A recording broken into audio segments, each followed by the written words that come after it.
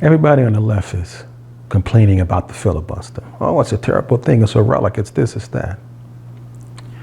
But if you use it right, the filibuster can be a very useful legislative tool. And we should all admit that.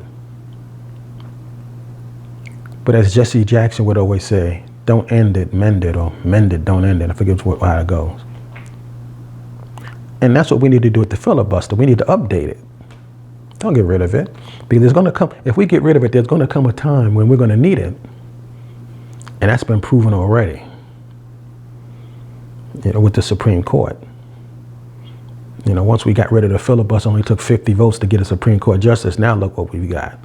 So unless we want to make that mistake again, we can't end the filibuster. It's a useful tool to stop crazy legislation.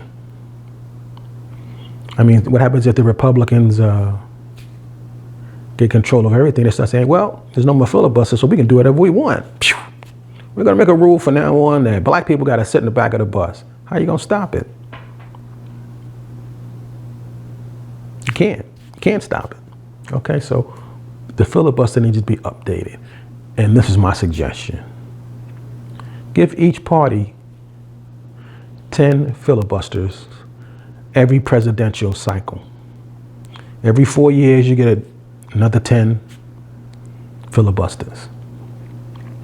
And blue slips, too.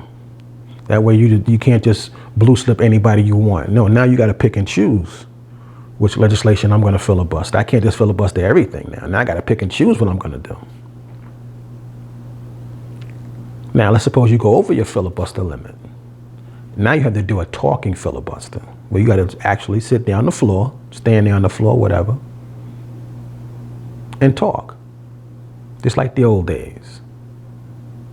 Now, since we're dealing with old people, basically, in the Senate, maybe there should be a rule that says, well, you can hand it off. You can hand your filibuster off to another senator. But they got to stand up and they got to talk. Okay, so, bathroom breaks are allowed, that kind of thing. Maybe give you rest periods. You get a 1 hour, maybe like 2 or 3 1 hour rest periods or something like that. I mean, don't make it too crazy, But the object is to make you talk all day long. So now the people in America will know what you're against. Oh, we don't like your infrastructure bill. We're going to filibuster that, baby. Well, now you got to get on the floor and talk. And once that happens, the news media are going to get a hold of it. They're going to say Senator so-and-so is filibustering infrastructure. Why? Because right now, well, we can't propose this law or this amendment or whatever because it's going to get filibustered. Really? Yeah, because all guys say, oh, filibuster.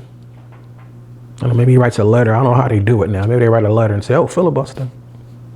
No, now we're going to make you show yourself now. You're going to be well known to the American people what you're against. And let's get rid of the filibuster for debate. You shouldn't be able to filibuster a debate. What is that?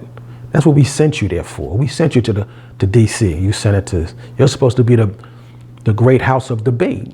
So debate. Instead of sitting up in your offices or some other offices trying to get campaign funds. No, you're going to debate now.